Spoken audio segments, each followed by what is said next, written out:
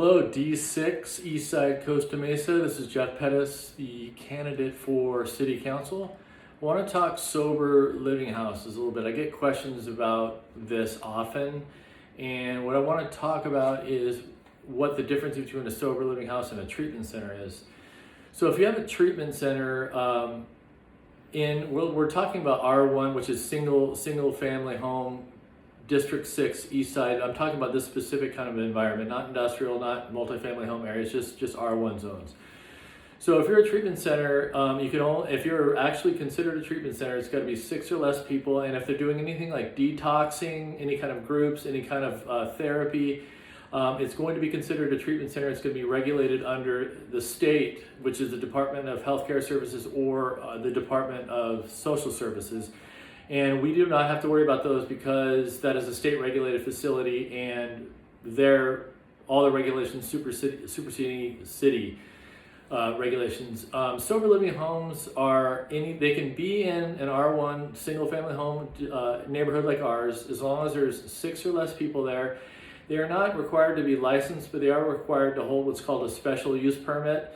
And there's another group of sober living homes that don't have anything. They're actually operating illegally. But if you have a sober living house, it's not to be doing detox, it's not to be doing groups, not to be doing any kind of therapy. It's just a transitional sober living home.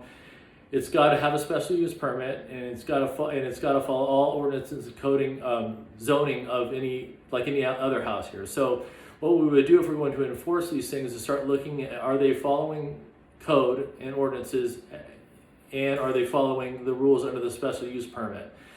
Noise, they have to be parked within 400 feet or closer to the house. They can't take up parking along the streets. Littering, there's a whole list of them. Go on and look at it. That's where we start. If we're looking at these sober living homes, they need to be following the rules.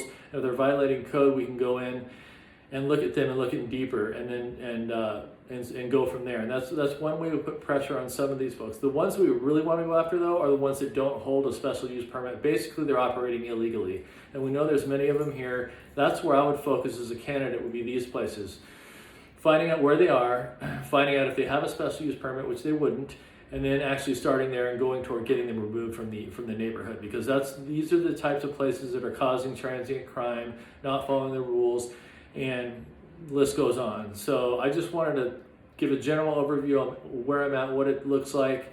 And again, any other questions, please leave them in the comments below, and I'll be happy to answer questions of any kind, any topic, and vote for Jeff Pettis. Bye.